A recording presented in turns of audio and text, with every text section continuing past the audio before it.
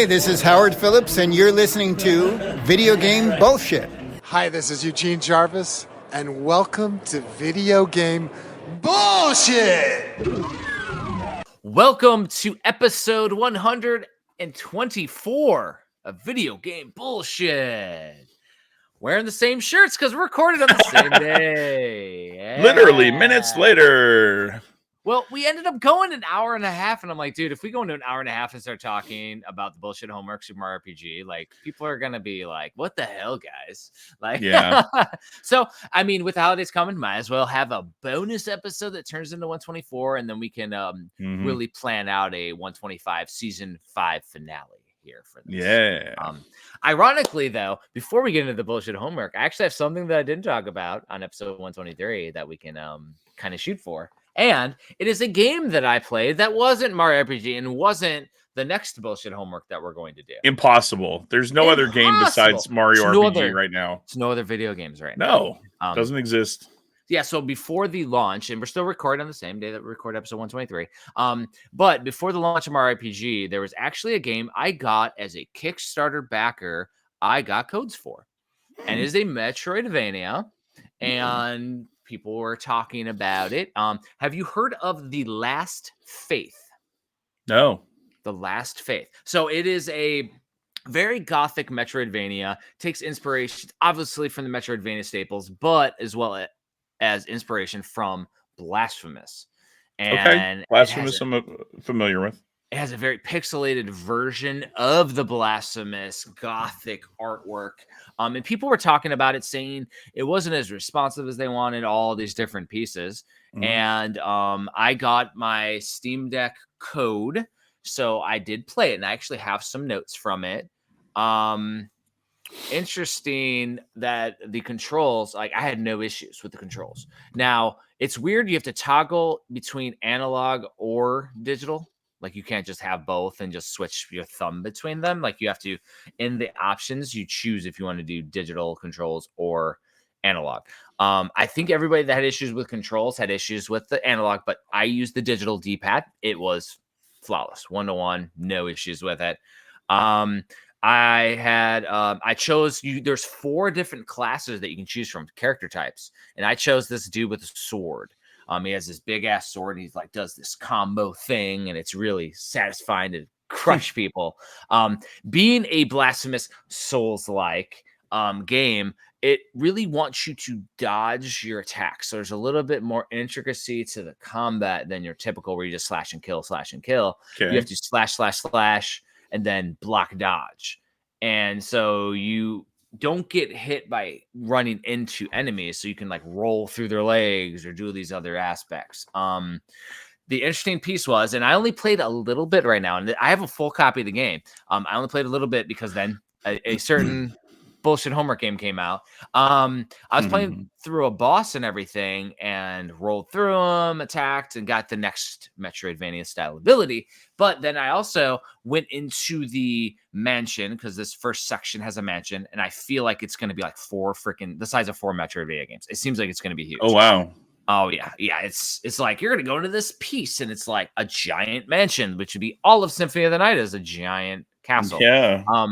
So I go in there, and the guy gives me the gun, and one of the different class types was a guy with a sword and a gun. Now I have a gun to shoot with as well that I need to learn. And as you can slash, boom, blow their asses away and stuff with like a shotgun.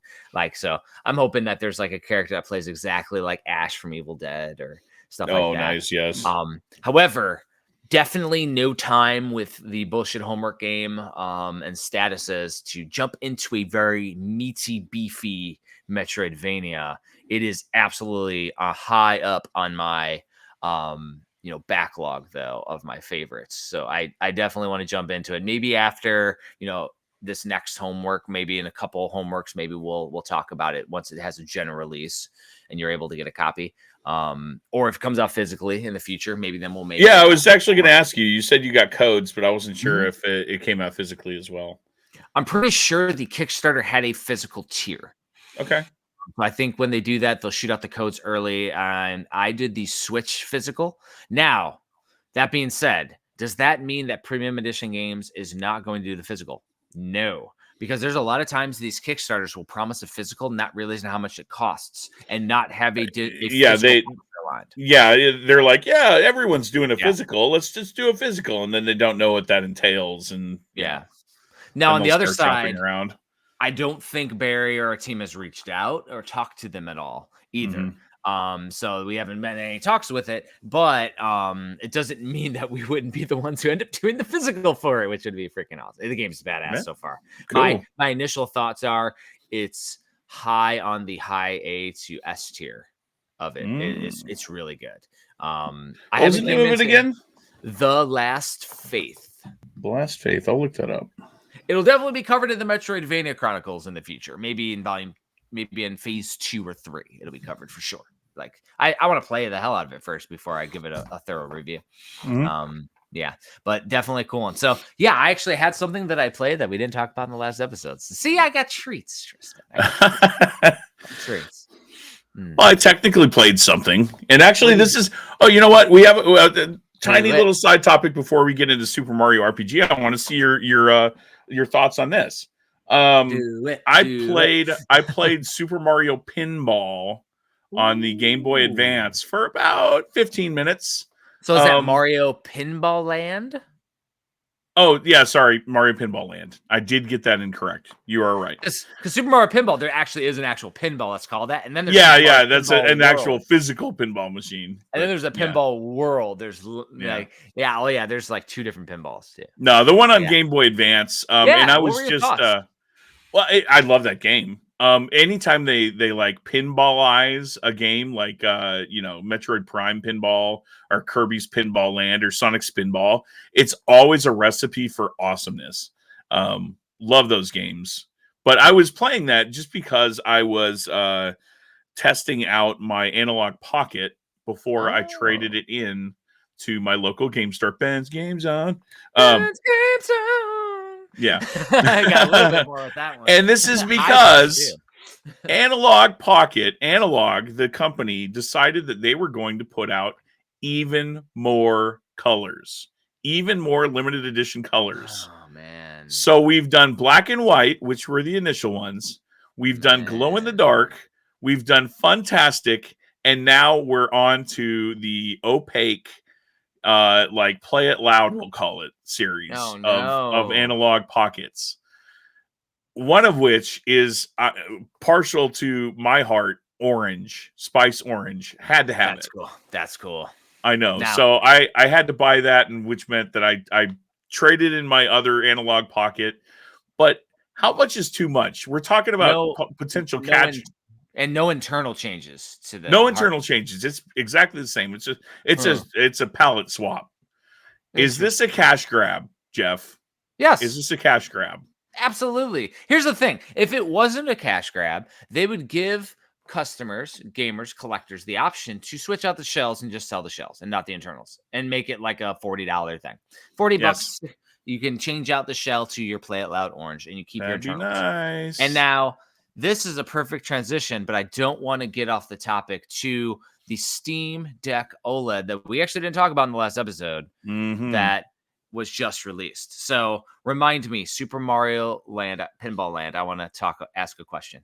So the same thing with that. So cash grab, yes, the analog pocket, they should not be doing a million different colors with a million different things. It's like the little switch that I have over here where I have this and this whole thing is they're trying to get you to buy a bunch of these housing units because they're collectible. But there's nothing different about it. That's another thing. I need one of those. I don't need all of those. It's not that cool to swap. I think it's cool if you come into it and want to buy the first one, but I would not. I still have my original one that I have for analog. Yeah, I'm fine with that. Now, my follow-up question, and this will be the last question I talk about for this analog shenanigans. I'll call it shenanigans because I think it's shenanigans. And I do want to talk about the Steam Deck OLED too, because I got a story. Okay. Well, we could talk about that before we talk about Mario RPG, if you want to. Well, I want to talk about Steam Deck OLED and then Super Mario Pinball Land. I want to pivot back to that too. Okay, our tracker's gonna jump all over the place, folks. What's your question right now? So my question is, am I right to be upset by the fact that they put out the black and white ones without any sort of indication that they were going to do all of these limited editions? So, like, I spent $250 plus shipping plus tax, and I would not have done that had I known that there was an orange one coming out eventually. So I say no and yes. So historically, no, you shouldn't be mad, because we should be happy that they're actually doing something. Because historically, the website Analog has always released it, discontinued it, and you can never get it again. So from that perspective, us buying the black and white ones, and I got the white one, getting those, the assumption is if I don't get it now, I'm never going to get one, because they typically run out and then you never get them again. It happened with the Genesis ones, with the Super Nintendo ones. All this awesome FPGA consoles no longer can be played. Now, why I say yes is because once they did the first one, now they hit the different colors, and then the new colors, and now the new colors. Yeah, where does it end? It's insane, dude. Now you can be like, what the F, guys? Because for me, if you were an original backer, you got it a while ago, original customer, original pre-order, you got it a while ago. Now they come out with it. It's been a couple years. I'm cool with that. I'm fine with that. Yeah. But now within the span of a few months, it's been literally many different shells. And it seems like because once you do the molding, I think doing various colors isn't super expensive. So they probably just went all in and went every single color they could think of, and then only rolled out a few at a time. And maybe they're messing with processing with different transparencies and, translucent versions. And I mean, they're gonna have a sparkly glitter version, stripper glitter that you're gonna want to get next. So it's Barbie stripper glitter. Remind me of my Air Force time when I go to the strip club when I'm TDY in Hawaii and throw out the dollars from Tristan. Yeah, right. Right. But it's like that's the thing though, is that like now, yes, absolutely. Now, of course, as a collector, as a customer, you can be angry at whatever you want for whatever reason. Too. Yeah, I know. 100%. Is it justified? I don't know. But like being an initial purchaser of this item, I'm super happy with it. Was I mad when they said they were doing limited ones? No, because I didn't think that they probably, if it didn't sell well, they probably would not have.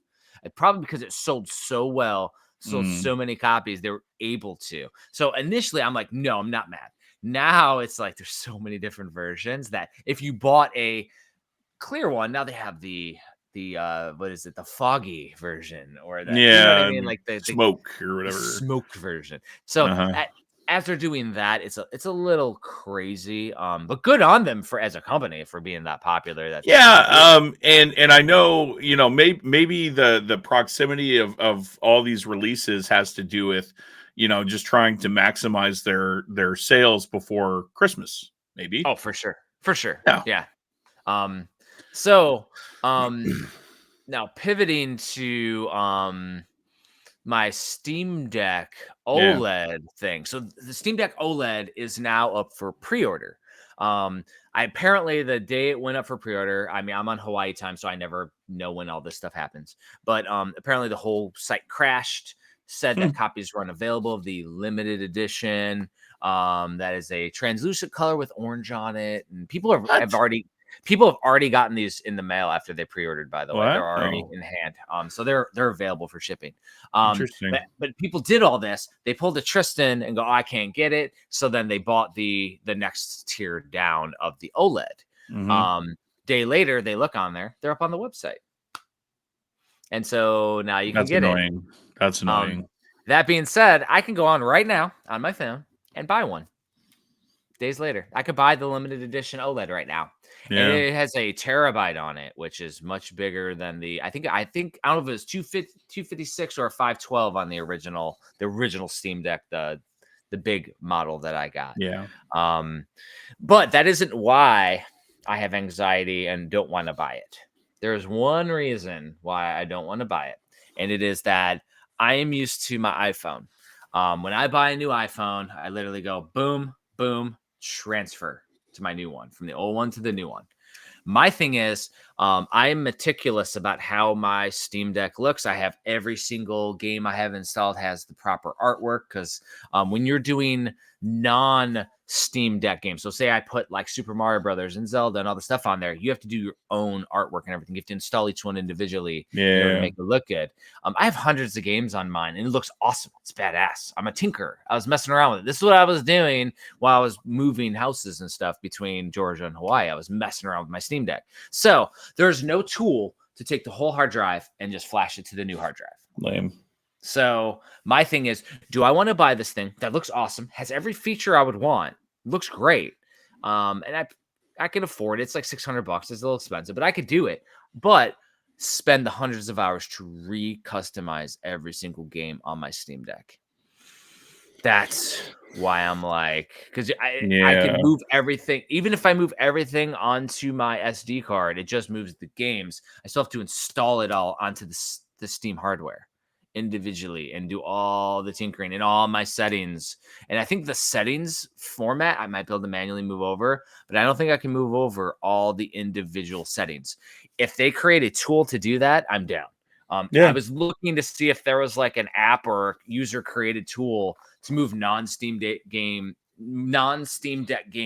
and there's not even one to move it from this desktop or the laptop computer to the Steam Deck. I can't even do that. Wow. So I'm a pass because of that. I don't like, it'd be cool, but I'm happy with what I currently have. It's loaded with awesome games. We do the randomizer here with the Steam Deck. It's awesome. I don't need a second Steam Deck with higher end games or something. Like, I'm not good. I don't need that right now. So tell me why I need to buy this, Tristan. Why do I need to buy this thing? Because shiny OLED. Yeah. I mean, the screen's going to look amazing. Like, it's going to look. Yeah, that's what it boils down to. Well, and this one has better innards too, unlike the Analog Pocket. This has upgraded hardware inside. Oh yeah, and a better battery life and a better fan, and like, it's going to run so much better. But man, being a creator, and on episode 123 we recorded today, we're just spending hundreds, thousands of hours in projects. I don't want to create another project to take me away from and that's it. I mean, like, yeah, you talk about the material cost of $600+, but what's the cost of your labor? Like, you know, and it's personal. It's all me. It's just for my own fun. I know. Yeah, to play games and have a good time. And I mean, I was using it for testing of games for premium as well, and those are all there. And I have random builds on there of games that we've had made, because yes, Premium has games made. And it's all there, and it's like, it's all working and ready. Do I want to tinker and mess? I don't know. I just noticed that the ticker says OLED Stream Deck. That's that's the Stream Deck. The Stream Deck. Wow, that's a new. What's the Stream Deck? All right, here we go. Steam Deck. There we go. All right, let's start over. No, play. No, but that's the thing though, is that, like, that's the only reason why I'm not buying it. It's not because it's not everything that I would want. It's a great upgrade. It's because simply I just don't want to recreate the wheel, man. No, unless you're going to go through like one by one and do it all at the same time and invest that time and whatever. I mean, it's all it all boils down to how much is that pretty screen worth to you. Mm-hmm. And this is 100% a me thing. Like, I don't have the damn time. It ain't. I know. Anybody else in the world would probably be like, it's fine. I only have 10 games on there. Or it's all in my Steam library, because that will transfer over. It's all my extra stuff when developers send me demos and I have all this extra stuff. Like, there's hundreds of games that I just don't want. And then as I said, the retro stuff that I have too. And I have customized. And to anybody out there, like, it's still functional. You still have these menu systems. Yeah, but at the same time, you're going to be looking at all these ugly, you know, like unfinished menus that aren't optimized like like your original Steam Deck was, right? I can't do that. Yeah, So, I yeah, can't do it. exactly. It's a personal preference. Same rabbit holes I would do with CoinOps back in the day. CoinOps, was the Yes. MAME emulator and everything. Yeah. And then later the Raspberry Pis, where I would get them and I would continually tinker and make all the little pieces look. Because if it didn't have a box art, it'd bother me. So I'd have to go get the box art, put it in the right spot, in the right format. Like, yep. I do the same for the Steam Deck. And it is a beast of a project, and I just don't want to start over with that. Jeff, I do the same thing for my book, man. Like I source Uh-huh. all of these images, and if it's not an ESRB, I'm not going to put it on there because that's not the US release. It's got to be the right ESRB. It's got to be the right resolution. It's got to look good. Like maybe someone else might not notice, but I will notice. I know that it's wrong. So Exactly.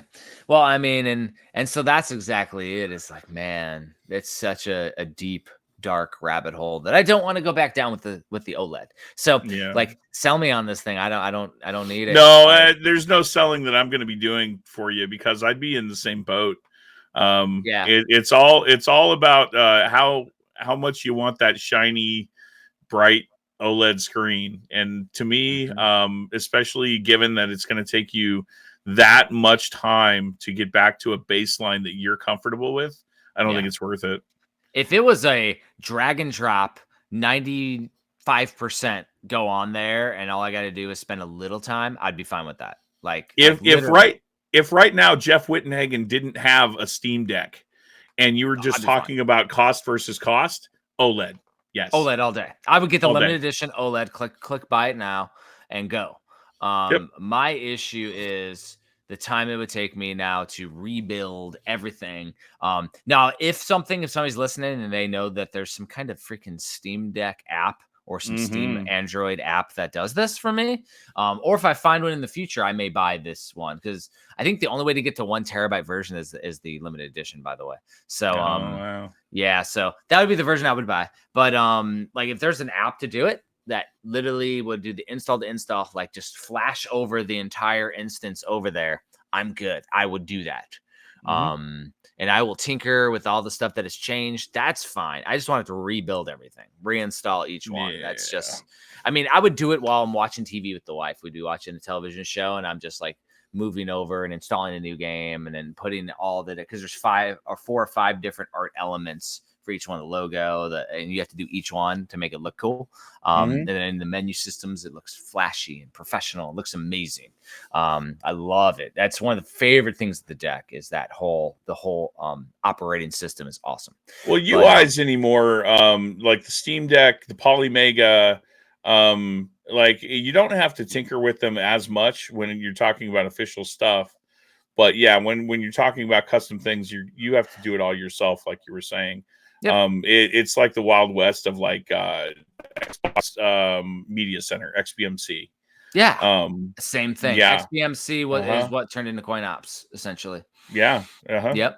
Yeah, I did XBMC back in the day too. Same. I actually used the XBMC to put in my first MAME cabinet. Nice. Very cool. Yeah, I used it was a front end called Game EX. Huh. That was the front end I used for MAME. Nice.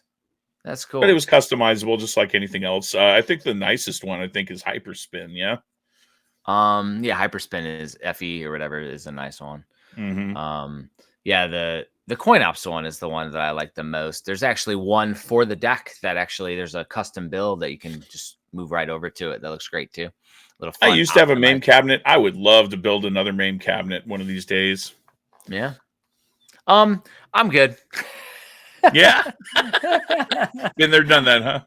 Yeah. I'm more of a analog pocket type person. Like have it all in my pocket. Yeah. That being said, that is actually a good benefit going back to your analog pocket thing is you bought the new, play it loud version. You can literally take the card, SD card, move into the other one. We're good to go. Anything that you've had built under that card will transfer over, and then you play your cartridges like you did back in the day. Like that works. That form factor is perfect. There's not as much customization, but the customization is all on the card. You don't have to do an installation into the operating system, which is what Steam Deck you have to do. You can't see it on the video or hear it on the audio, but my brain is like, crap. I left the card in my Oh no! Yeah, I'm gonna have to get that from him. Crap. Well, luckily it's your local place called Ben's Game Zone. Ben's Game Zone. Yes, you did it. Now before we transition, I want to go back to what you had mentioned about Super Mario Pinball Land, right? Yeah. Yep. There is not a version yet on this NSO, right? Nintendo Switch Online for. I don't think so. Pinball I don't Land? think so. No. Because so my thing is, I actually have a Super Mario Pinball Land themed Nintendo Switch pinball machine. And you put the Nintendo Switch, and screen in it, tate mode, and you have buttons to play. That's cool. And it's so cool. It's Super Mario Pinball Land theme. So if they release it on NSO and can support Tate mode, if they support that, which it wouldn't because it's a Game Boy game, but if they would, that'd be amazing. The thing is, though, is that you had mentioned you love pinball games that are themed. Pinball FX3 on the Switch and on Steam and everywhere else. Pinball FX3, that's the one you want. Love it. There are so many ones. I actually bought because you could buy individual tables. I have one based off of Doom and one that's based off of Fallout, and they have tons though. I've only bought a few. I freaking love pinball, dude. Dude, it's so good. And what I want to get now, you mentioned MAME Arcade. I want to do a full-size digital pin that supports Pinball FX and everything else, and it changes out the marquees. They exist. They're out there. I know. I've looked at them. They're like 10 grand. They got ones that are cheaper that aren't as good. But I know that the high end ones exist, and that's the one that I would want. So I wouldn't cheap out. Once I'm done moving, I'm going to be looking into something so I can play all the different pinball tables. Because what I want to play, though, is like the Nightmare on Elm Street pin, the original Ninja Turtles pin. We're going to have an actual Foo Fighters pinball machine, the real one, because my wife wants it. And it's very nice. It's happening whether I want it to or not. So I might as well just embrace it and do it.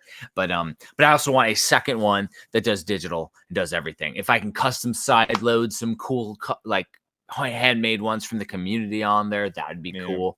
But that's what I want for a future one with that. But that little mini one's cool. The problem is it was created before the OLED was created, so my Switch OLED doesn't work. It doesn't fit in that form factor. I think it's like right here. It's like right behind me, right here in the corner. But I do have a couple of original Switches that my wife and my daughter use, so I can still put it in there and play it, and it still supports the different online, so you can still play it. So it's actually very usable still. Nice. But yeah, it actually doesn't fit in the thing either with it because it's it's all the pieces that from the guy who made it. He made it over in Europe or something. They're all custom made and custom 3D printed, and then his own stickers over it and stuff. So the Switch OLED is slightly bigger than the original, so it doesn't actually fit. Which sucks. So but everything else fits like a damn glove. And like playing that, I would sit there in Georgia in my bar and just like play freaking on the tabletop, like just play the little mini pinball. It was so good. I just want a bigger screen, which is what the custom one is. It's a bigger screen. Here's the other piece though. Like you and I, we're crafty. Once I'm in Florida, we might just make our own. TVs are cheap. Yeah. Yeah. We might do that. But yeah, that was a good rabbit hole. Thanks, Tristan. Deep rabbit hole. Always, man. Did we do the one to the other to the? That was amazing. But yeah, we wanted to talk the Steam Deck OLED anyways. A little bit on the last one. We went down a different bullshit rabbit hole in episode 123. 124 is fun. It's good stuff. I say, do you want to go to Mario RPG though, man? Let's do that. Let's talk about it. It's the elephant in the room, man. Heck yeah. This is crazy, dude. That is nuts. We talked about how like there was a midnight release. Yes. In episode 123, we talked about how there was a midnight release. You picked it up at you said 7:00 at night, correct? Yeah. So midnight releases in Hawaii are 7 p.m. So 7:01. Yeah. I could 01. They make you wait that extra minute. Well, and the thing is I didn't mention it in 123, but I was at work and up at 4 a.m. that day. So I was like, there's no way in hell I'm staying in a couple extra hours after work to pick this thing up. And I had a meeting that went long. It just I'm so like, well, happened that I'm here. Yeah. You're I'm here here. anyway. And, got my copy. They didn't have the damn buttons. Yeah, me neither. Why? What the heck, GameStop? From Hawaii to Omaha, you don't have your pins ready? What's going on? Some people got them. It's a pre-order bonus. Yeah, some people got them though. So it's like, I guess some got the shipment, others didn't get the shipment. My GameStop told me when I asked about it, they said that they will give me a call when it comes in. Yeah, I'm gonna have to ask mine because they never even mentioned anything about it, like anything. Yeah, yet, the dude next to me, who was right behind me in the line, had a Super Mario Wonder pre-order that he didn't get his stuff for, and they had it there, and they didn't call anybody. And he's like, "Oh, well, you can have this here." And I'm like, "Oh, interesting." And yeah, I didn't get a Mario Wonder pre-order from GameStop because I bought it day of because I forgot I pre-ordered it from Walmart, and cards from the last episode. I got my stickers here. Nice. That was my Wonder bonus. Wonderful bonus. Wonderful. I'm showing off the cards as you're looking too. Wonderful. By the way, every time I hear Mario say "Wowie Zowie," I think of the pro wrestler Bray Wyatt because he used to say "Wowie Zowie." He used to say that. I wonder if it's a callback. Might be. He was a bigger dude. He was a beefcake guy. Maybe the Wowie Zowie was a tribute to WWF wrestler. You never know. Never know, man. So the game's been out for a few days now. It came out on the 17th of November. Really? Yeah. Damn, it's only been out a couple days. Just a couple days now. Damn. And some of us got it a couple hours early on the 16th. So maybe a head start or whatever. You said that I know you've been busy. So I got further than you did. I'm curious, where are you in the story now? Oh yeah. So I got a little bit of a list by list as I took notes as I played, by the way. All right. So this will be fun. So the first things first, I think I would like to mention like what I thought of it initially. So sure. Yeah, initial thoughts for sure. Booting the game up, dude. Number one, it's missing the initial intro that started up on the Super Nintendo, where it kind of gives you like it was missing that. But as soon as you, but as soon as you boot it up, it does the same one. It's almost a 1-for-1 remake, but it's so beautiful. The music orchestral, like it's so good. You immediately can tell if you play the original. Like it's just like you're in for an epic treat. Yeah. It gave me the option for easy mode. And I was surprised by that. I didn't know that was a thing. But like, let's be honest. The game's I played in normal mode. It's already easy. So very surprisingly easier than I remember. Easy. I got a theory. We'll talk about why it's easy. But breezy mode, it's got to be like everything dies in one hit or something. Because like there's no challenge. I don't get that. No idea. Because I've had no issues. So day one, bought it Thursday night up since 4 a.m. right, Tristan? Yeah. So I was playing it, and I did what I do every time I play Super Mario RPG. So when I play it on the Analog Pocket, because I did play it, when I do anything else, my first playthrough, I level up to 4 before fighting the first Hammer Brothers. So you do the first intro portion, go through the first level. In the first area that you're fighting, where you have all the enemies, there's a spot where Lakitus shoot down Spinies. Yeah. And I sit there and I grind a little bit to get to level 4 before I fight the Hammer Brothers. Back in the day, I just run around, run right to them, and the Hammer Brothers would probably toast me. So this is one reason why Mario RPG is probably a little easier, because if any of us grind at all, it's not meant for grinding. So we might have just overpowered ourselves to the point where now everything takes 3, 4, 5 less turns, and shortens everything. Maybe. And I went to level 6 before fighting Croc. So in the next section, so you go from there to the town, you fight Croc, you steal something from Mallow, you meet Mallow, the little marshmallow dude, cloud marshmallow dude, the tadpole, as it may be. And you fight Croc, level 6. Now, I don't remember getting the signal ring so early after that. So I got the signal ring, and all of a sudden I know where all the stuff is. I thought you get that much later in the game on the Super Nintendo one. Much later. Yeah, because now I have the signals, because I knew where the hidden blocks were before that point. I knew where they all were because I played the intro portion. Yeah, back of my hand. So now I'm like, very, very interesting. I'm also not going to go for every 100%, every single little detail. I'm going to want to get the ultimate weapons and shit, but I'm not going for every hidden block like I used to go.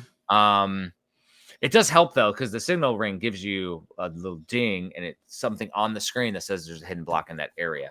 But most of the dungeons in Mario RPG, some of them you may not go to find that screen because the screens are hidden, like as you go through like different places. So you may never see that ding come up and might not find it. I do remember it. I think they may have removed it or not, but there was one that the signal ring never showed, and there's a hidden block that was always in one of the levels that the signal ring never caught. And you can get the block. I always remember getting that one. I was trying to get it in one of the towns, and it wasn't there. So I was like, maybe they didn't add that to the remake. One question I have though, and I don't know the answer: is there any new hidden blocks, or did they just do a 1-for-1? I think they did a 1-for-1. It seems like it's a 1-for-1. Yeah. There's been no surprises yet. Yeah. Now my first evening came to a close. I fought the first major boss, our favorite little guy, major boss that was sitting there. I think his name's Mac, right? Mac. Yeah. Oh yeah, it was Mac. He looked like a sword. Right? Yeah. He's a sword. Yeah, he's a little like devil dude on a pogo stick, basically. Yeah. This is also though Backlog Master, where I typically stop and never go back to it. For the past 20 plus years, that's my first playthrough. That's what I do. That's when I add to the backlog. So that's usually where I was. So I did that amount, which doesn't take long at all, by the way. It's like one playthrough. Then I went to bed and had work. And Friday, I ended up working on, I was finishing up the Kickstarter for the Metroidvania Chronicles and finishing up the book. And then Saturday, most of the day, I ended up working on the damn Black Box Challenge Twisted Realities book, like writing. So it's like my procrastination made me more productive with projects. And I'm like, ooh, procrastinating playing my homework. I don't know. I was taking it. But then last night, I'm like, all right, I need to play some. And so I was like, I'll sit down and play every star or whatever. So I ended up playing the Geno arc is what I call it. The Geno arc, going through the woods, beating Boshi. I call him Boshi. I don't know if he's Bashi or Boshi. The blue Yoshi with the shades on. Blue Yoshi. Dude, that was such an easier race than in the past. Yeah, like, I noticed that too. And I beat him first time. Like usually it took me 2 or 3 back in the Super Nintendo one. Well, I don't think there was a visual indication either of like what you were supposed to push initially. Not. Yeah, so that made it easier for sure. I went and played a second time, bet all my cookies. I think I had 3, and I did not win the second time. But that's when you're playing versus all the Yoshis, though, and you're doing a race and you just bet cookies and all that stuff. So I didn't win that. So either way, though, and then I did the first melody tune, which when you do it, and whatever ones you get right stick on the screen, you're supposed to write them down. Now that we have the invention of the internet, I can just look it up online and see what it is if I want to, so I can keep it quicker and going through faster. Then I went through the maze woods, which is super easy because like there's a guy in the town beforehand that tells you what the secret one is, so you can get all the different the different question or the different chests. And then the boss, which he shoots the arrows and freezes everything. He was so damn easy. I beat him so fast. Bowyer. Did that? They changed some of the enemy names too. Yeah, Bowyer, because he shoots a bow. Yeah. Yeah, it was very odd that I beat him so fast. And then before bed, I decided to fire it up again because my iPhone was updating. And I'm like, because I got the second star. And I went through the mines. And the mines are the classic. The Croc second battle didn't die. Yeah. He used to kick my ass. It would take me a bunch of times to reload. Seriously. Like I didn't die at all. Beat him first time. Going versus the bomb dude. the bomb guy used to smoke me every time. Yeah, Punchinello. Serious. Yeah, I was going to talk about that too. And so like he does that, and I just like I was sitting there using it, and so here is my thought on this. I think that they added these extra features and didn't rebalance the game, and that's causing a problem. So they have the same amount of hit points for Punchinello, for Boyer, for the first boss as in the first game, but now you have this extra, and this will be some of the stuff we'll talk the changes and the differences. But now you have this new meter, and you could do a triple attack. I did the triple attack, and it like does a shit ton of damage. You can do different timings. So there's not only just one timing now, but there's a second perfect timing that does even more damage. And I don't think that the original had this perfect timing. No, and the shock damage. And there's shock damage. So when you do that damage on Punchinello, it hits all the bombs. Yep. And then so that takes a little damage off the bombs. And the other piece is that it also, when you are doing multiple hits in a row, it builds up a combo meter that gives you more of an advantage too. I forgot the combo meter. Every little piece makes you more and more powerful. So I think that they're probably going to rebalance the game in the future, or they just leave it as is as their Nintendo. But I feel like, because like there's a breezy mode. This is breezy. Like, what's breezy mode like? Like, really?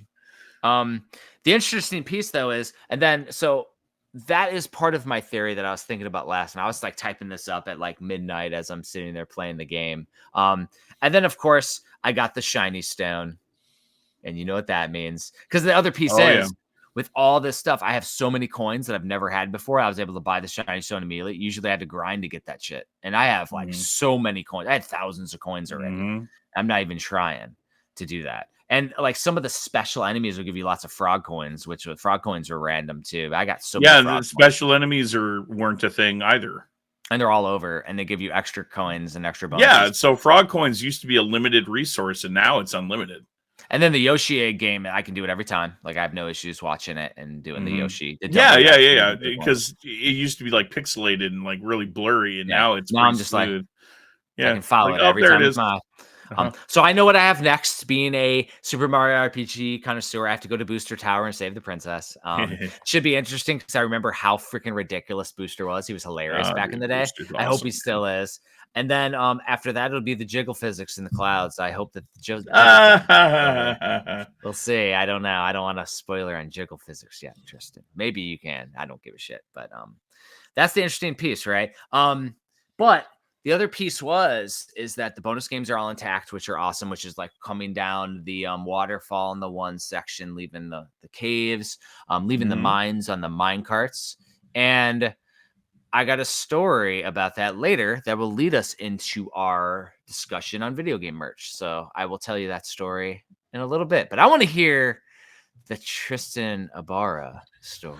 Okay, so I didn't take notes, but I've been taking notes. Obviously, I've been watching. Down. Oh yeah, I've been watching. I'm taking notes as you're talking, because it's just firing off like all these things that I want to talk about. And I will definitely piggyback on a lot of what you said, because I agree. And so what I have here still that I haven't covered from my notes is changes and differences. So talking about all the little nuanced differences that I found.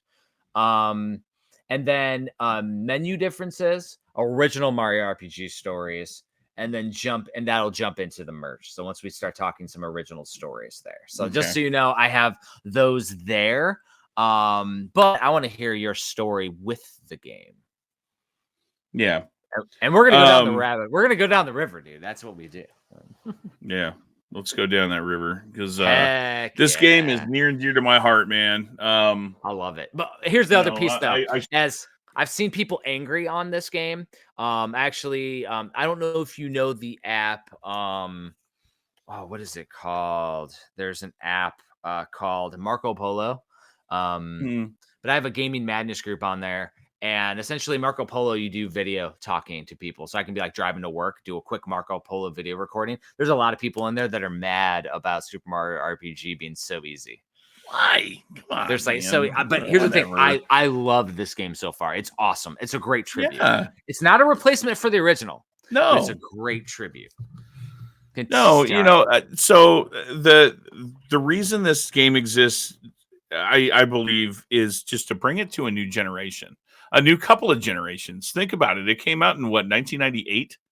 So it's been 25 years, guys. It's been 25 years since this game came out, and it's missed a couple of generations. And yeah, whatever. That's another topic. But yeah, it came out when we were like 16, 17 years old. So this game, obviously, it transcends generations, and it's kind of a bridge too far for some people, especially like, as you know, this game in particular. It's a popular game. It's based on a popular IP, and it's not rare, but it's not cheap either. So if you want to play it on original hardware, you're going to sink some money into it. Now's a good time to show off your shiny CIB from when you were a kid. I went, oh my god, it's so good. I love it from when I was a kid. And that's the thing. Like, I have a copy now that I have bought later. For my cartridge, I got a box version, dude. It's such a freaking amazing box. I just love having it. It's the box art is amazing. It's so classic. I love the font that they used for Super Mario RPG Legend of the Seven Stars, which they dropped the Legend of the Seven Stars off of the game name, which they did. Weird to me, but whatever. What are your thoughts comparing the two, the new box art with the original? Yeah, I was going to talk about that too, because we talked about this briefly, how they went with the Japanese style. I don't like it. It's too plain to me. Yeah, it's too plain to me. Well, and like, now bring up the Super Nintendo one as a comparison. Like, if you look at them side by side, I mean, you can see the difference. Like, look at that. Like, and the thing is the Super Nintendo one, the original Famicom one, had the same art as on our Super Nintendo one for the Super Famicom. Those same character arts. But if you see right there, you got the whole background with Smithy, or not Smithy, but Onyx, or whatever his name is. Axor, yeah. Axor, yeah. And with the whole giant sword. It's just iconic. It just shows you're in for a different treat. It's good. Like, it's so good. And then the Super Nintendo fonts, and you got the Only For, the Play It Loud type font too from Nintendo. Like, it just is iconic with late 90s. Yeah, and this, it just seems really plain. And maybe you got the same impression. Like, whenever you would get a star in this one, it kind of goes to this, where it's like a plain background. You have all the characters, and then they get the superstar. It seems really kind of plain in the background. It's weird. Yeah. Well, here's another piece, and this is a topic, unfortunately, Tristan, a rabbit topic, is maybe you and I are more critical now of box art since we make design. For sure we are. For sure we are. And because, like, I want things to be where my brain goes, and my brain is super deep down the rabbit hole at this point, where, like, I'm like, oh, I could do that better, and maybe, but maybe I don't know. Like, 'cause I do feel like it's too plain, man. Verbatim, yes. When I saw that, I'm like, oh, that's a good concept art, just like placeholder. No, that's what they went with. I'm like, now another topic. What do you think about Nintendo selling the Super Nintendo art to put on your Nintendo Switch case that you can download and print your own copy from Nintendo? Because that is a thing. I didn't know this. And just to put a little thing, as people start to research it, it's not like this. It prints like this with the Super Nintendo art. Oh, so it's a horizontal. Now, my comments, because I think one of our listeners, Jesse Glenn, I'll give him a shout out, sent me or tagged me on Facebook. He likes to tag me on cool stuff on Facebook. And he asked my thought, and I was like, it's kind of not as cool when all of that art for all the retro games is already available, and we can kind of create our own pretty easily. Now, that being said, printing things like this, I need at least one more like this to put on the opposite side of our Pigeon Dev horizontal, in my red tent Nintendo Switch plastic little thing that I have, because the only other one I have is like Romancing. I never bought Final Fantasy 9. There's like 3 games that have a horizontal right now. Yeah. So, but that being said, what do you think about the Super Nintendo style box being officially released by Nintendo? If it weren't like print at home, I think it'd be a lot cooler. If it was like even Club Nintendo, like you spend a couple points and they send you an official like insert, that'd be cool as hell. Dude, do you know, and this is an old video game bullshit story. Do you know that back in the day, Nintendo used to sell Legend of Zelda and Mario NES manuals like 10 years ago? Yeah, I do remember that. Yes. Did you buy any of those? I did not. I did. And do you know what they sent me? What? Printed manual scans on sheets of paper. Oh, nice. So I'm saying is like if they did that, if it was the actual insert, I'd be cool with that. But they'd probably print it on a sheet of paper and send it because that's what I got from Nintendo of America. Like it's I have them still. I still have it with the Nintendo thing. And sure. I mean, it's official, but I thought they were going to give me a manual. I was like, oh, that's it's officially off their laser printer. Yeah, it was bad, dude. Oh, well. Are you a bad enough dude to buy a hand printed manual from Nintendo? My goodness. There's a rabbit hole for you, Tristan. Yeah. So in no particular order here.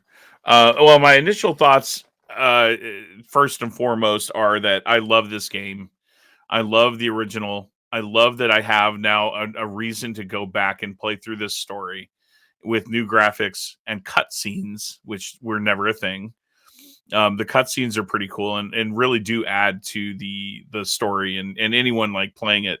My wife, Natalie, has never seen this game before. Oh, that's awesome. So this is like, her first exposure to it. I'm probably like, there's a lot that I've played through with by myself and with my niece that my wife did not see. So I'm probably going to play through it again just so that she sees everything.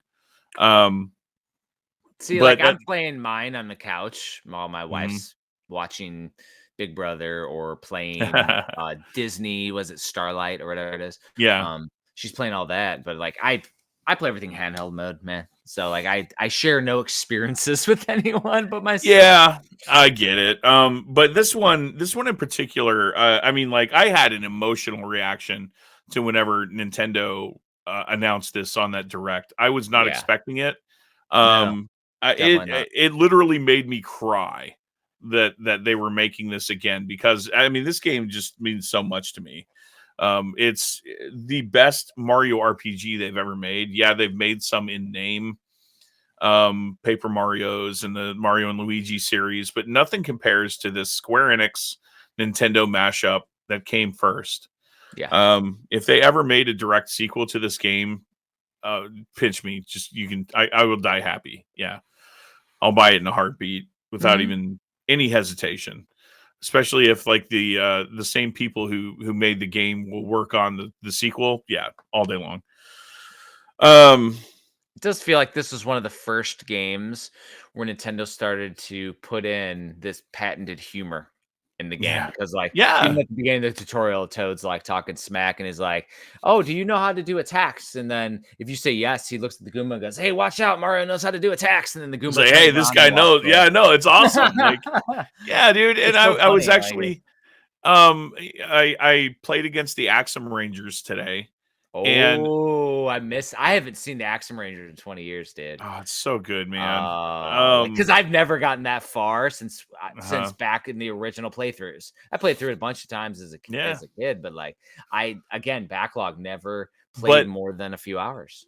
For example, like that right there, that was so topical at the time. In 1998, the Power Rangers were at a fever pitch here. Yeah. Like they were so popular. So to spoof the Power Rangers was such a surprise and such a delight to see. Like I would love to see more of that, like topical things that are actually in pop culture at the time that they pull into Mario games or Nintendo games in general. That just doesn't happen. So that was the first of its kind. And it's really like, it's so few and far between for Nintendo to do that. So the question would be for this is like, how well did it sell? Like, has it sold a ton? Because if it sells real well, Nintendo will use that as an indicator to continue work into it. I bet the install base for this game is going to be pretty dang high. I hope so. It's really a no-brainer for anyone. And this is actually another topic that we can go into at some point in the future, especially with your Chronicles books. What are good starter RPGs? Like RPGs that get you into the genre if you're not an RPG fan. This is the prime example of it. This is it, man. This one and Mystic Quest. Who hasn't played Mario? Right. This game and on Super Nintendo, this game and Final Fantasy Mystic Quest are the two. This one, though, with the unique characters that you already know, and then you add a couple bonuses in there, and it's because so I mean, it's definitely a gateway drug. It's a gateway RPG. You know, drug. Yeah, like I love it. You play through this game, you're like, oh my gosh, are all RPGs like this? Give me more, seriously, dude. Yeah, like to me. The timed battles from this is what I fell in love with, and I was constantly trying to find the next game that did that style. And there are a few timed now that have the timed hits and, more importantly, timed defenses. Ironically, that's something where Black Box Challenge that I released many, many moons ago did real well. Was there was a timing for attacks and a timing for defense based on an endurance meter that it did really well. That made it more of a like an interactive playthrough. Because that's the thing with role-playing games. You're sitting there doing back and forth battles and you're just hitting the A button a million times. Versus with this one, if you have to interact the whole time, keeps you engaged. It makes it fun. It makes it a game. Exactly. You don't fire and forget. Yeah, and this was before we had all of the different timed portions in games like the cinematics and like action games and stuff too. We had the timed presses. Like this was like one of the ones that did it right the first time. Because I don't know if it was the first, but it definitely was my first memory of it being done right. Well, and I mean, at the very beginning, it's like you mentioned that Toad interaction where it's like, hey, do you know about timed hits? Yes or no, and then like if you don't, it gives you a little tutorial so that it'll like teach you about the timed hits. In this remake, they really hold your hand with the timed hits and actually like show you the timing with the little exclamation mark that pops up. It doesn't, I mean, after a while, it's not there all the time, but at the very beginning, it shows you when you're supposed to hit the button, and that also wasn't a thing in the original. So you talk about balance, and you hit the nail on the head.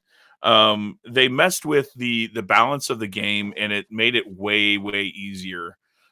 Because whereas like these bosses used to be a challenge, they're not a challenge anymore. I didn't run into a challenge until I got to QLEX, dude.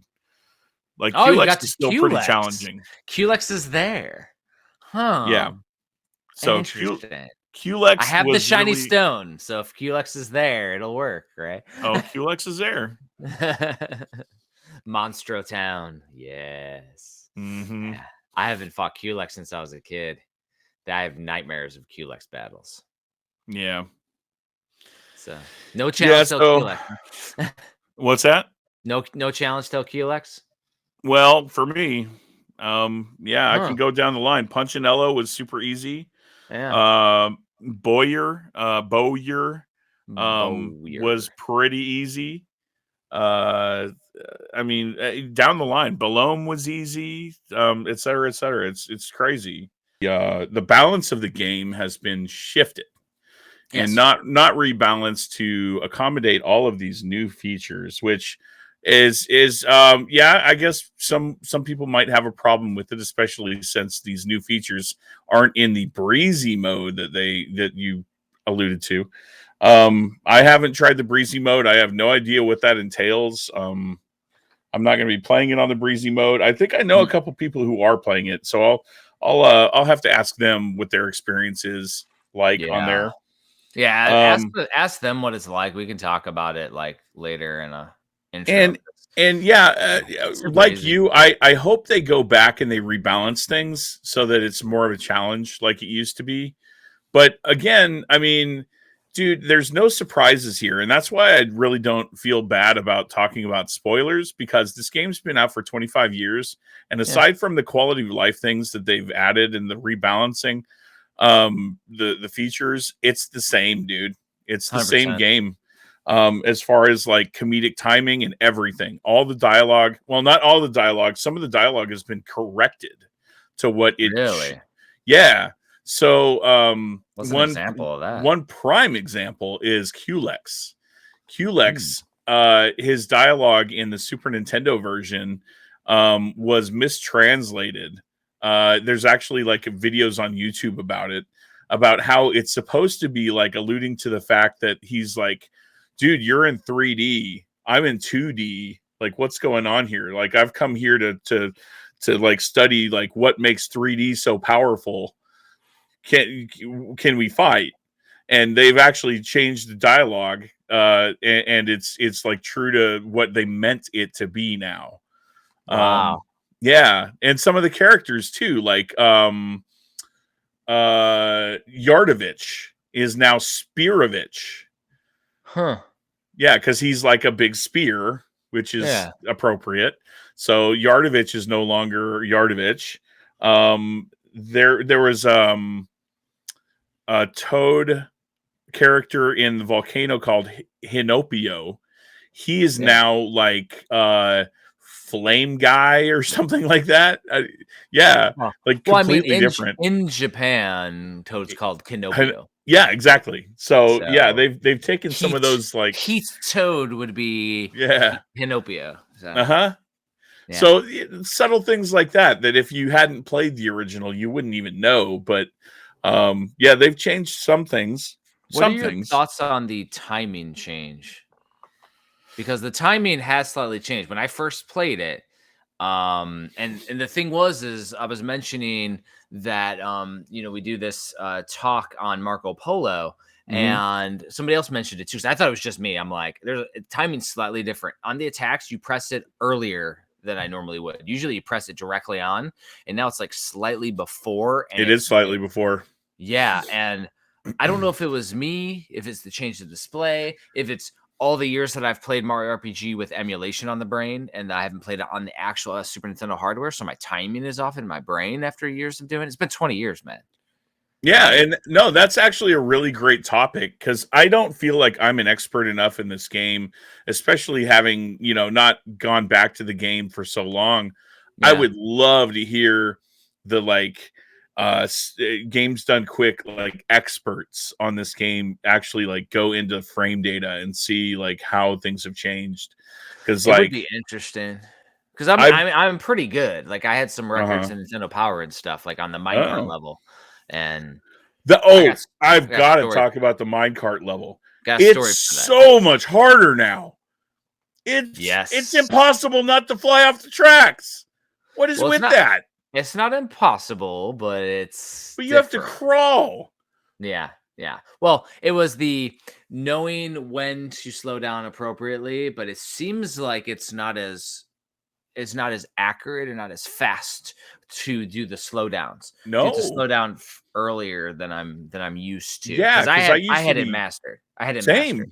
I was really good at it. Now I'm freaking terrible. I'm like, what the heck? My name's Nintendo Power, so I at least had that to my.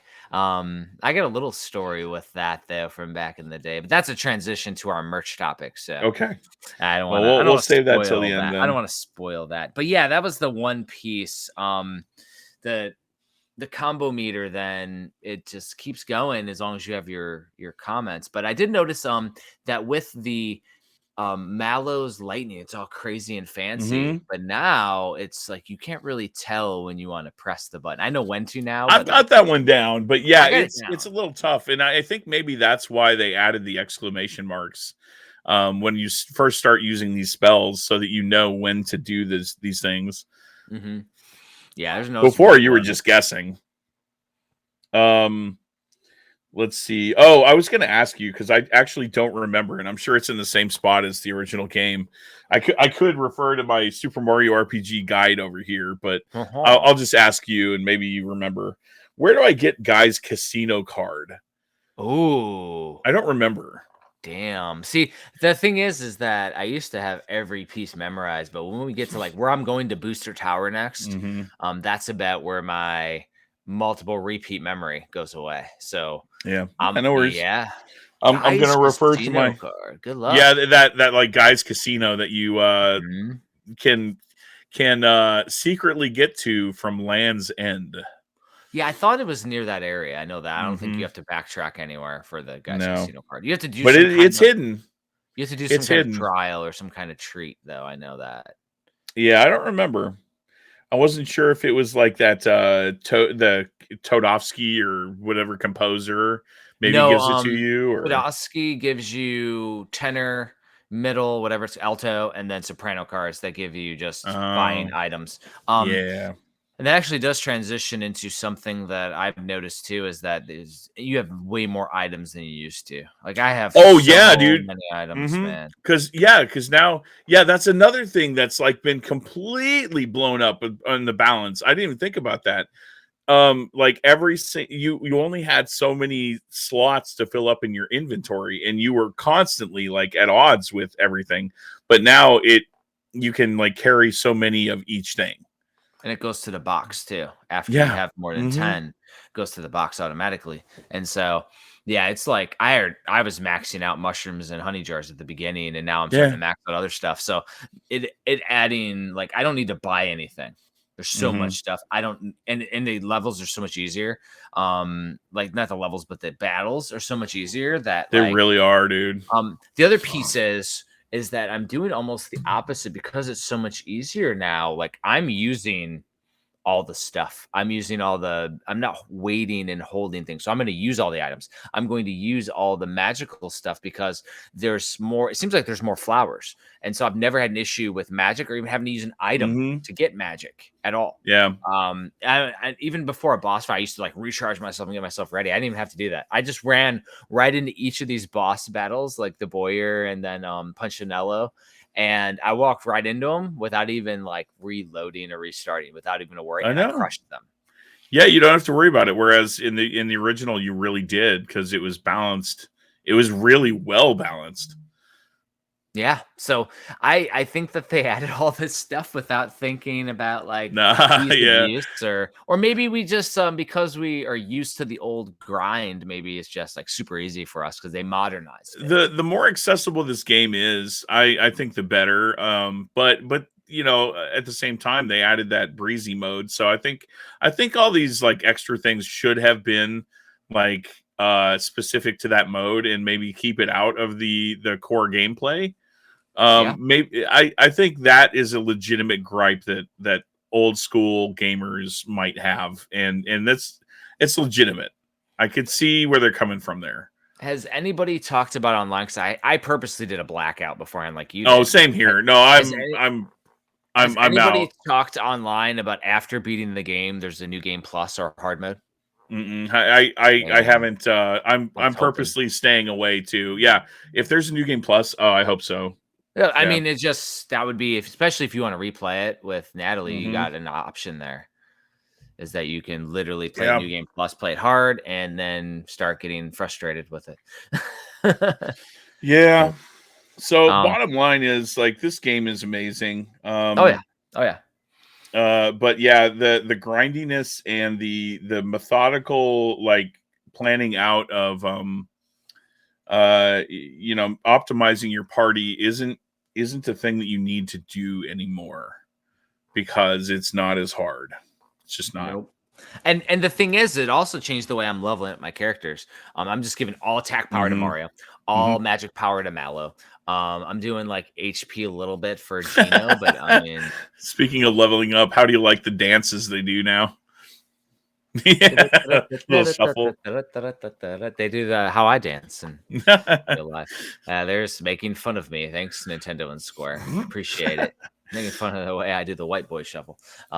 No, but the thing is though, is that like it kind of like changes completely the way that I'm approaching the game. I'm pouring everything into attack or magic if I use magic for them or not. And I think it's arbitrary because you get so much extra when you level up all the times. One thing that I'm upset about, and this will be a good transition. Upset. I'm upset that so when you look at like Capcom and like all these other like first party developers, we'll call them first party, but they're large developers. When they bring out a major IP like game in their IP, such as like Resident Evil, they've got these huge collector's editions to celebrate the game. Where's my collector's edition for Mario RPG? If I had a castle with an Axor freaking sword sticking through it, I would be so happy sitting there looking at that while playing the game. Like, that would enhance my gameplay experience personally. Which brings us to our next topic. Well, you transitioned before we're ready, though. Oh, we are? Okay. What did I miss? What did I miss? All right. So, you missed original experiences with the game. So first of all, I would like to give a shout out. Video Game Bullshit, episode 50, season 2 finale of Super Mario RPG. Nice. This was Super Mario RPG. That was the season finale, and we talked everything about the original. I think I had only gotten up to the similar part of where I am right now when we played it, just because that's the name of the game. But the original interesting thing is getting in Nintendo Power. And this will be just a piece as we transition. Yeah. So they send you something for the game for completing it. They didn't send me a Mario RPG item. You had mentioned when the game was released, right? 1998, right? Yeah. They sent me a plastic phone card, but it was for Super Mario Kart 64. Mario Kart 64.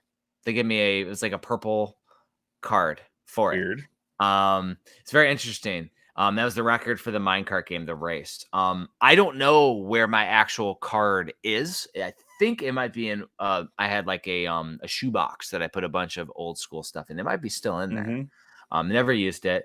But now, if you go and try to look on eBay for Mario RPG phone card, you'll find them. You look at Mario Kart RPG or Mario Kart 64 phone cards, you'll find them. Not the Nintendo Power one, because in Japan there are a ton of phone cards that they did from that era, from all the way from the original ones, and there's holographic ones. It's like that is I've got a Chrono Trigger one, dude. The collector's rabbit hole, man. But now with the new game coming out and the flood of merch that's about to happen with people making things, especially if it's popular, it's gonna be impossible to find some of the original stuff.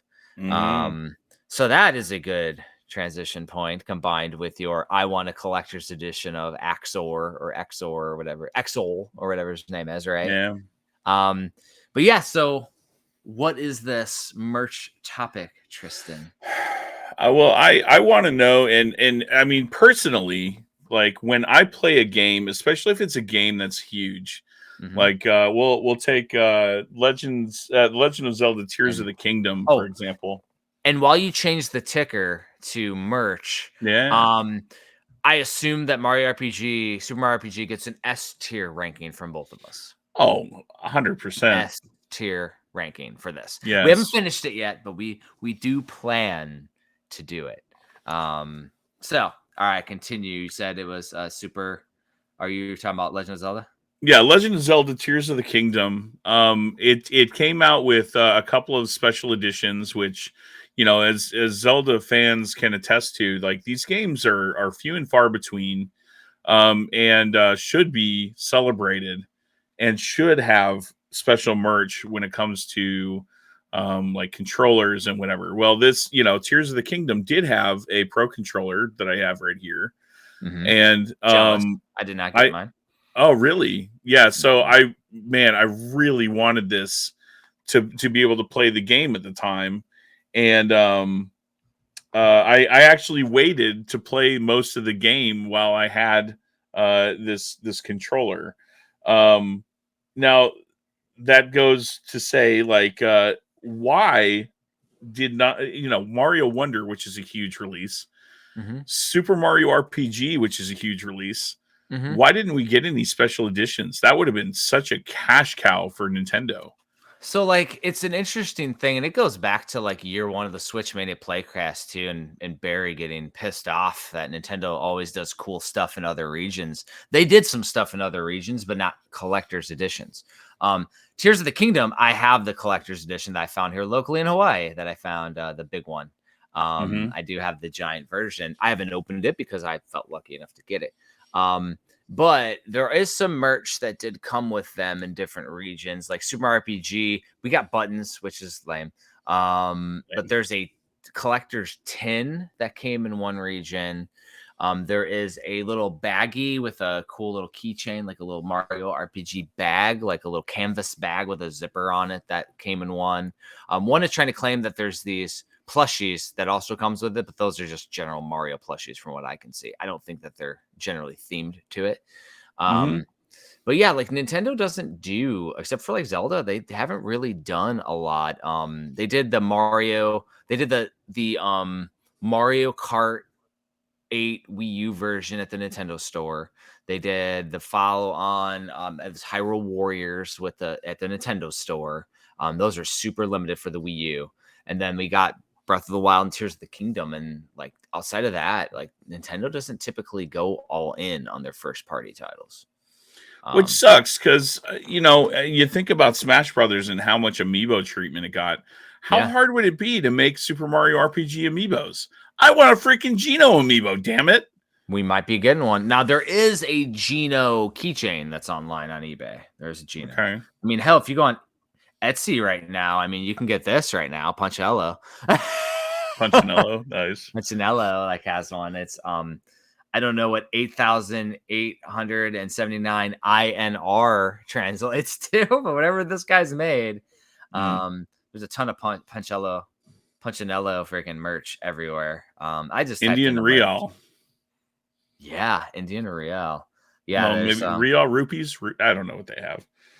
And then now on eBay, these Super Mario RPG keychains, there's a Mallow one, they got a Geno one. Those are originals. Those stuff goes for $100 or more. There's shadow boxes. There's tons of cool stuff here. So, I mean, it exists in small pieces. This was prime time for them to give us some brand new, like in that big old box that they did for Tears of the Kingdom, similar size box with the castle with the sword in it. That's all. So wait, Tristan can look at it while he plays the game. Like, come on, Nintendo. Look at it wistfully with a tear coming down my face.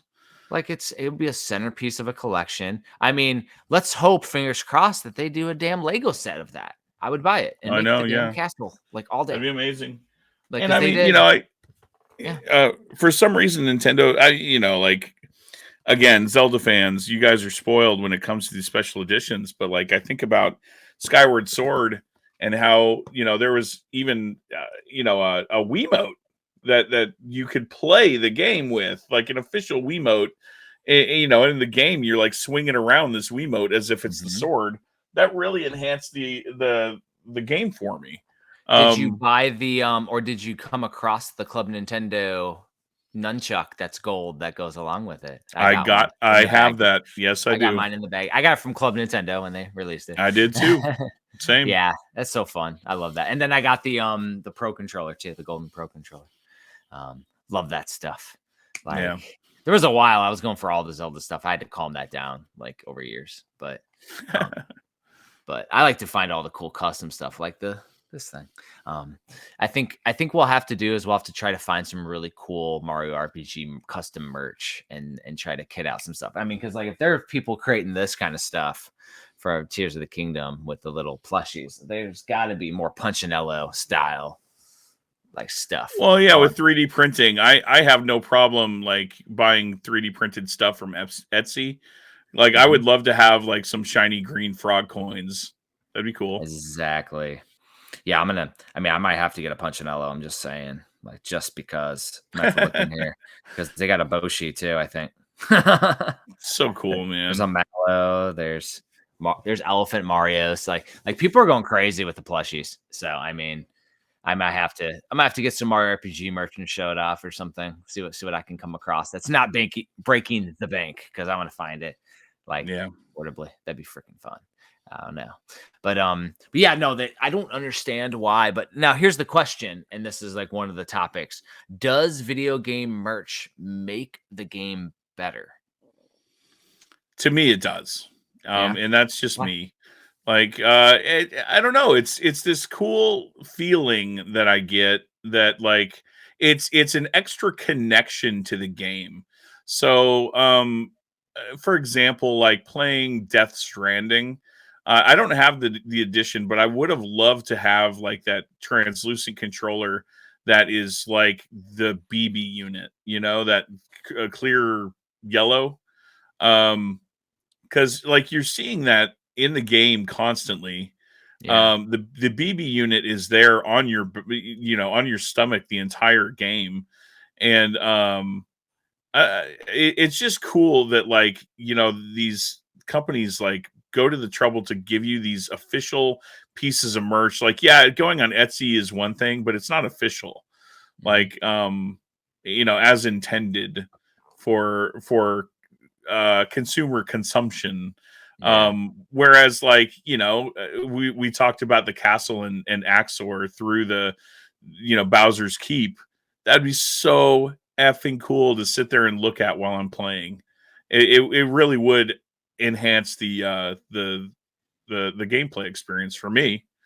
So now on the other side, I'm just asking, playing devil's advocate, because of course we're associated with a company that makes expansive merch for freaking indie games. Like, of course we love this stuff. Like, that is absolutely something that adds to the enjoyment, to the experience of games. Just a little bit extra helps you get associated with the lore of the game just a little bit more. Like, the fact is even when I showed you that on episode 123, which is still today, but when I showed you that, you were like, oh, where was that portion from? Like, oh, it's the damn plushie from the thing. And it's like, oh, that's cool. Like, you just remember doing it. Like, it's just the little things that add. Like, even the painting right here, which is from, I can't move my hand backward, but it's from Breath of the Wild Overlook, but then it's like a classic painting. Like, there's so many little pieces that just give you a deeper appreciation, and we miss that with a lot of games. And the games that are mega tier, like a Super Mario Wonder or a Mario RPG, like, should absolutely have these when we're able to do an expansive edition for a Robot Named Fight or Raji and Ancient Epic, and we're able to add all this extra stuff to it, including just mini guides, or just give us a steelbook, or give us a keychain or something with it too, like, and a soundtrack. Like, my goodness, like that's the stuff that we had. We don't add like tchotchkes. We had cool stuff to the collector's edition that adds to the experience. Like, imagine having the CD of the new soundtrack. Oh yeah, even the soundtracks. That's a great point. Yeah, like, just the soundtracks. Like, it's part of the merch, right? It's like, and then like put that to freaking vinyl. I will buy that vinyl right now. Like, go ahead, Nintendo, make it 2 discs. I don't care. Like, I want Mario RPG, the new version on there. Like, doing that, I mean, they could take the old strategy guide and overlay new screenshots and proofread it real quick and be done. Oh no. Like, that's all they have to do. If it's a 1-for-1, all they have to do is change the unique differences that they've modified, like the names of the bosses and stuff, and that's it. Like, come on, Nintendo. It feels like a missed opportunity. It feels kind of lazy, and it feels like they're just kind of on autopilot because they know that these games are going to sell. But again, like, you're making these games, especially this remake, for the fans. It feels like a love letter. It feels like something that Nintendo has actually, like, they don't typically listen to the fans as much, but in this case they actually listened and they made something that the fans want in this remake. But while you're going there, go the extra mile and give us some things that we can purchase to celebrate our love of this game. Yeah, I mean, exactly. And it's even if it's unfortunate if it is actually laziness, because like, it's a moneymaker opportunity for them too. People are going to buy this stuff. And maybe because it's such a niche thing that they feel like it is, because I don't know how well the original sold comparatively, since the Nintendo 64 was already out. I don't know, like I don't know the sales numbers off the top of my head, but one would assume that it wasn't of the level of a Super Mario World or Legend of Zelda: Link to the Past, or Super Metroid. So it may have had issues selling. So that when it's a niche thing where they're bringing it back, maybe they were just being cautious. And that's why I'm hoping the installs are freaking crazy. We start seeing after merch. We see amiibos launched in the future. Because, I mean, we talked about it, but I just got Swole Ganon and Zelda, and we've been done with Tears of the Kingdom for months. And those amiibos just came out much later. So Nintendo has had a habit of releasing stuff like amiibos and merch like later. Heck, we might even see the World of Nintendo second tier figures coming out in the future too. Let's hope. If it has a giant install base, they'll do it. We're finally seeing like Samus as a World of Nintendo, because they go with Mario all the time on this stuff. Mario's their branding. Super Nintendo World in Universal is like Mario branded. Like it's Super Nintendo World, which means it should be all Nintendo, and it's Mario branded. So like I'm gonna be going there during spring break, hopefully. That's awesome. Traveling to Game On Expo in Phoenix, Arizona. Gonna have a shot of tequila with David Weiss. I already got that confirmed. I messaged when he posted that he was excited to go to Arizona. I'm like, hey, you do shots? He's like, yeah, I do tequila and whiskey. I'm like, all right, we're doing tequila. And so David Weiss, I'm gonna have a story. I'm gonna get him to do a soundbite for bullshit. If you're out there, you could do a shot with us, Tristan, of wheatgrass ghost. There you go. But yeah, no, it's because I'm going to be going out there. That'll be the first convention since I've been in Hawaii. And because I'm just going to Cali, it's like, and then I can drive over, fly over. It'd be a couple $100, be cheap. Yeah. But yeah, so it just adds to the experience. We're missing out on fun shit, dude. Yeah, I'm a little disappointed because I'm sitting here enjoying this game, but it could be enhanced by a simple gesture by a conglomerate of a company who could easily have had something on deck for merch, and there's no merch to be seen except for these cheesy pins that GameStop didn't even have. Yeah, I mean, I was hoping for a pin set with etched pins or something cool, and no, we got Bubkiss. And I mean, if a tiny company like who we work with Premium Edition Games can do it, like with merch, like why can't Nintendo? Like it's sad. Oh well, man, that stuff does make me sad, dude. But yeah, no, like merch absolutely does add to it. It should be selected. Not every game deserves a giant collector's edition. That's why we don't publish every single game as a company too. Pick and choose the ones that we want to do fun stuff with. But yeah, no, I agree though. Merch adds the experience to things, and it gives you something, a momentum afterward, a memento. So imagine just having that Castle Bowser's Keep sitting behind you on a shelf, and you can put both of your boxes next to it, and it adds something. And that's dude, that'd be so cool, man. That's something too, like going back to like Kyle, he would have that where he would have like Mario RPG, and then we'd have like a Mario figure next to it and another piece, and adds to the experience. And that is what you're missing when the actual publisher decides to not do that. It's sad, man. It's sad. Yeah, and especially like you were saying, like other regions got some stuff and we never did. So cooler stuff than a button set. Yeah. Yeah, I don't know if any other retailers did anything like with Mario Wonder. You had cards at one, and you had little pictures at another. Not that I heard about.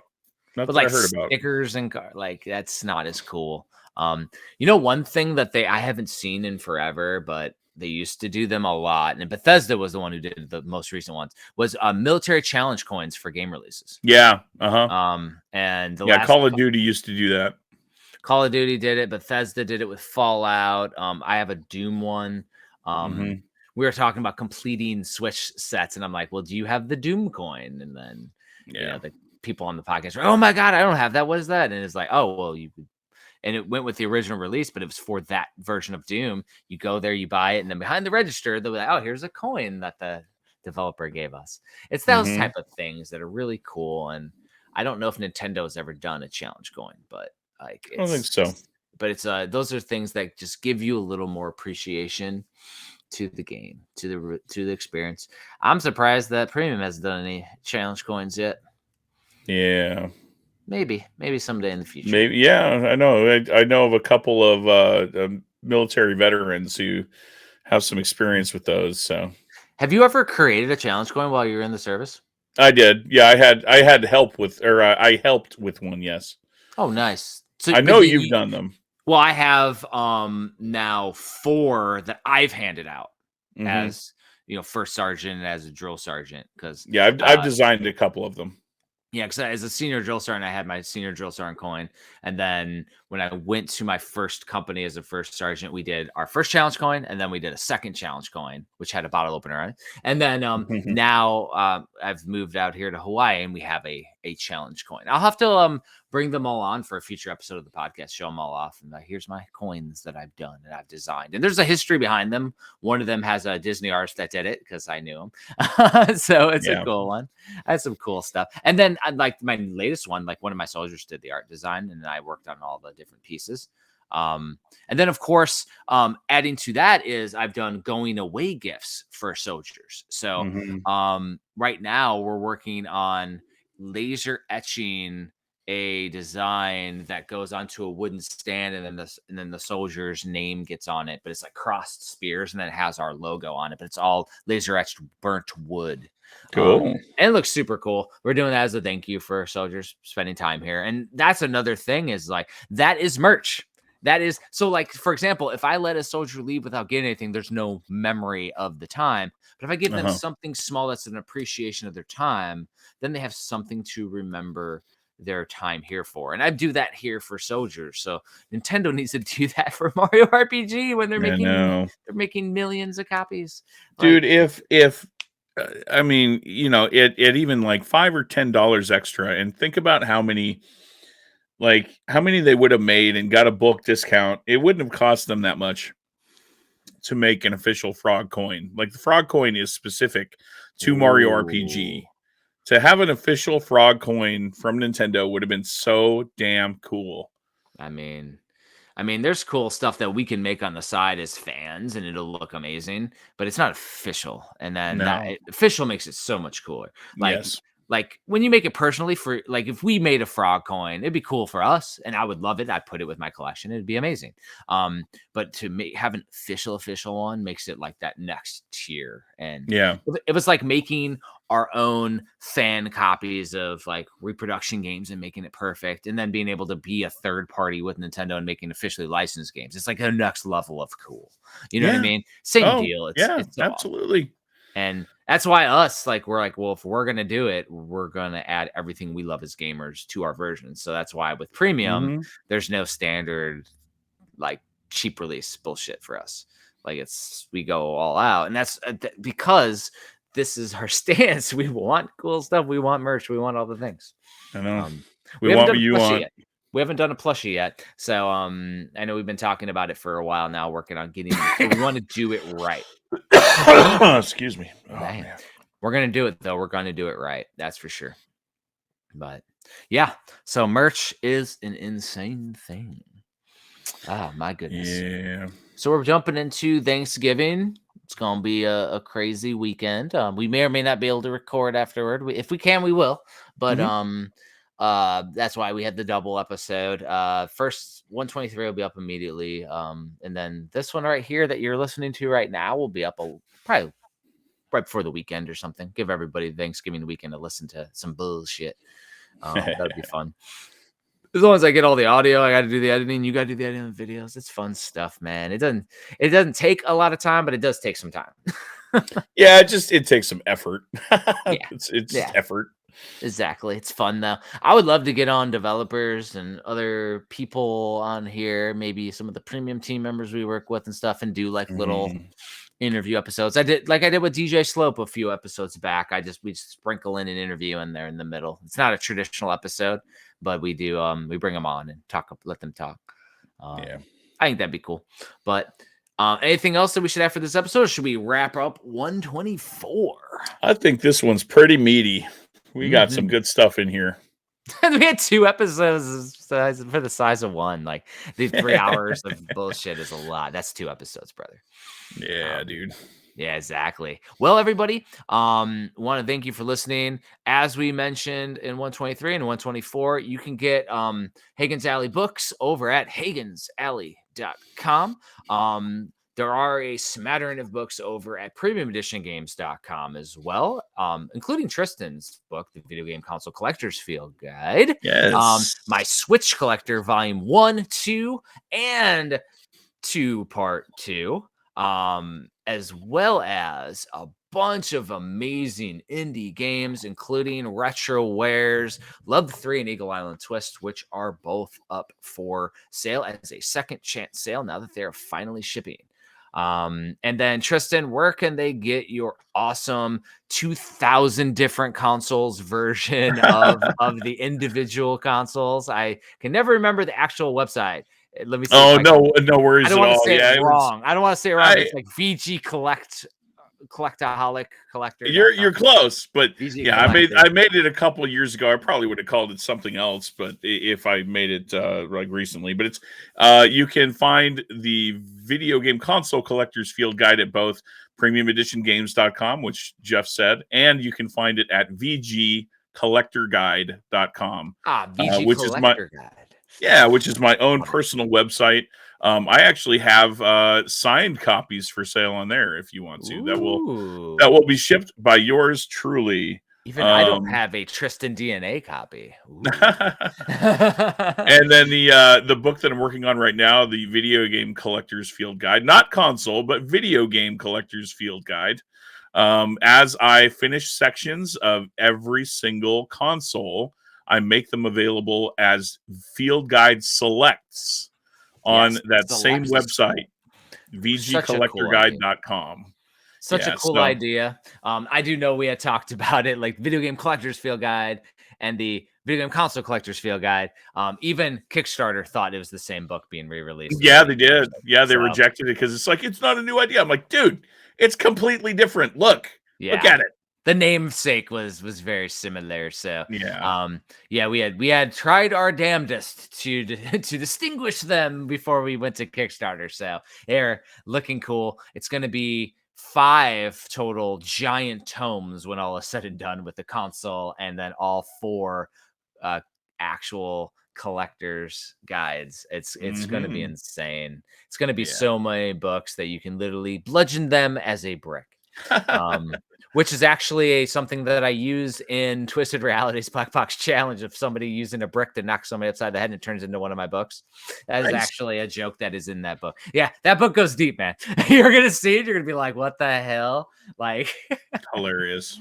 Like, it is ridiculous. There are people from the community and there's caricatures from back in the day. It is a wild thing. But anyways, no more rabbit holes, no more river, Tristan. Thanks everybody for listening, and we will see you next time. Later, guys.